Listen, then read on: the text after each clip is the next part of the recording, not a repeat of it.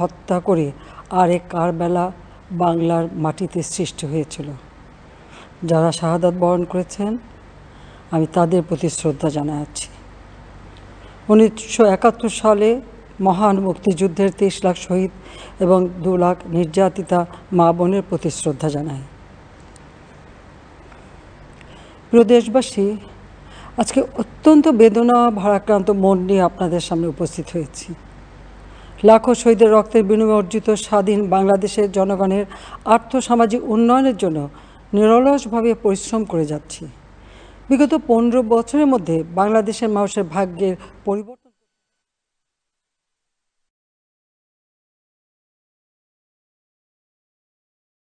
ব্যবহার এবং মানুষের মৌলিক চাহিদা পূরণ করতে অন্ন, বস্ত্র, বাসস্থান, চিকিৎসা, শিক্ষার ব্যবস্থা করে জনগণকে উন্নত জীবন দেওয়ার যাত্রা শুরু করেছি। অনেক সাফল্য অর্জন করেছি। বাংলাদেশকে বিশ্ব দরবারে একটা মর্যাদার আসনে অধিষ্ঠিত করতে সক্ষম হয়েছি। তারপরও আমাদের আরও অনেক দূর যেতে হবে।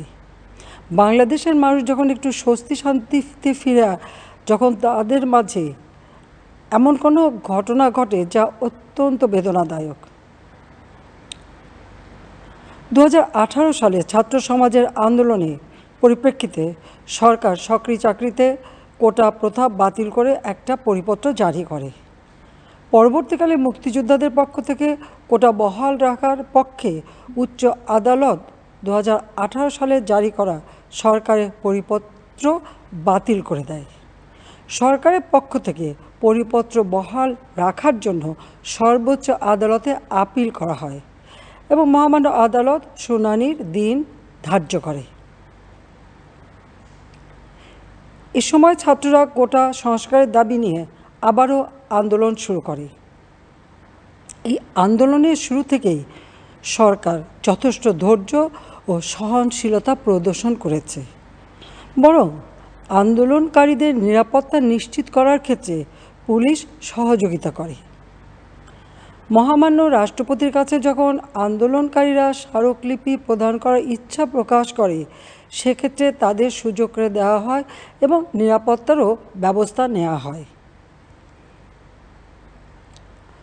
অত্যন্ত পরিতাপের বিষয় হলো কিছু মহল এই আন্দোলনের সুযোগটা নিয়ে অনাকাঙ্ক্ষিত উচ্চাবিলাস চরিতার্থ করার সুযোগ নিয়ে সন্ত্রাসী কর্মকাণ্ডে লিপ্ত হয়। এর ফলে এই কোমলমতি শিক্ষার্থীদের আন্দোলনকে ঘিরে যে সকল ঘটনা ঘটেছে তা খুবই বেদনাদায়ক ও দুঃখজনক। অহেতুক কতগুলি মূল্যবান জীবন ঝরে গেল।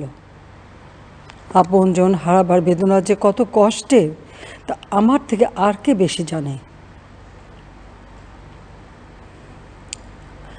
যারা মৃত্যুবরণ করেছে তাদের আত্মার মাগফিরাত কামনা করছি। পরিবারের সদস্যদের প্রতি গভীর সমবেদনা জানাচ্ছি। আমি প্রতিটি হত্যাকাণ্ডের নিন্দা জানাই। যে সকল ঘটনা ঘটেছে তা কখনোই কাম্য ছিল না। চট্টগ্রামে সন্ত্রাসীরা বহুতল ভবনের ছাদ থেকে ছাত্রদের হত্যার উদ্দেশ্যে নির্মমভাবে নিচে ছুঁড়ে ফেলে দিয়েছে।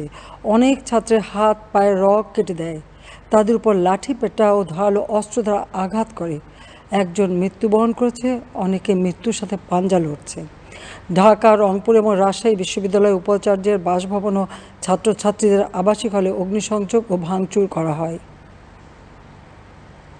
সাধারণ পথচারী, দোকানিদের আক্রমণ, এমনকি রোগীবাহী অ্যাম্বুলেন্স চলাচলে বাধা প্রদান করা হয়। মেয়েদের হলে ছাত্রীদের উপর আক্রমণ করা হয়েছে এবং লাঞ্ছিত করা হচ্ছে। আবাসিক হলে প্রবোজদের হুমকি দেওয়া হয় এবং আক্রমণ করা হয়েছে। শিক্ষকদের উপর চড়াও হয়ে তাদের গায়ে হাত তোলা হয়েছে। আমি বিশ্বাস করি যারা কোটা সংস্কার আন্দোলনে জড়িত তাদের সাথে এই সকল সন্ত্রাসীদের কোনো সম্পর্ক নেই, বরং সন্ত্রাসীরা এদের মধ্যে ঢুকে সংঘাত ও নৈরাজ্যকর পরিস্থিতির সৃষ্টি করছে। এই ধরনের ঘটনার সঙ্গে যারা জড়িত তাদের চিহ্নিত করে উপযুক্ত শাস্তির ব্যবস্থা করা হবে। যারা হত্যাকাণ্ডের শিকার হয়েছে তাদের পরিবারের জন্য জীবন জীবিকা নির্বাহের ক্ষেত্রে যে সহযোগিতা দরকার তা আমি করব। আমি দ্ব্যর্থহীনভাবে ঘোষণা করছি, যারা হত্যাকাণ্ড, লুটপাট ও সন্ত্রাসী কর্মকাণ্ড চালিয়েছে, এরা যেই হোক না কেন, তারা যেন উপযুক্ত শাস্তি পায় সে ব্যবস্থা নেওয়া হবে। আমি আরও ঘোষণা করছি, হত্যাকাণ্ড সহ যে সকল অনভিপ্রেত ঘটনা ঘটেছে সুষ্ঠু ও ন্যায় বিচারের স্বার্থে সে সকল বিষয় বিচার বিভাগীয় তদন্ত করা হবে। কাদের উস্কানিতে সংঘর্ষের সূত্রপাত হলো, কারা কোন উদ্দেশ্যে দেশকে একটি অরাজক পরিস্থিতির দিকে ঠেলে দিল তা তদন্ত করে বের করা হবে। আমি আন্দোলনরত কোমলমতি ছাত্রছাত্রীদের নিরাপত্তা নিয়ে অত্যন্ত উদ্বিগ্ন। এই সন্ত্রাসীরা যে কোনো সময় সংঘাতের পরিবেশ তৈরি করে তাদের ক্ষতি সাধন করতে পারে। তাই শিক্ষার্থীদের পিতা মাতা, অভিভাবক এবং শিক্ষকদের প্রতি আমার আবেদন, তারা যেন তাদের সন্তানদের নিরাপত্তার বিষয়ে সজাগ থাকেন। একই সাথে সকল শিক্ষা প্রতিষ্ঠানের ছাত্রছাত্রীদের নিরাপত্তার বিষয়টি বিশেষভাবে নজর রাখেন। সরকার হাইকোর্টের রায়ের বিরুদ্ধে সর্বোচ্চ আদালতে আপিল করেছে। আপিল আদালতের শুনানির দিন ধার্য করা হয়েছে। আদালত শিক্ষার্থীদের কোনো বক্তব্য থাকলে তা শোনার সুযোগ সৃষ্টি করে দিয়েছে। এই আইনি প্রক্রিয়ার মাধ্যমে সমস্যা সমাধানের সুযোগ রয়েছে। এই আইন প্রক্রিয়া সমাধানের সুযোগ থাকা সত্ত্বেও রাস্তায় আন্দোলনে নেমে দুষ্কৃতিকারীদের সংঘাতের সুযোগ করে দেবেন না।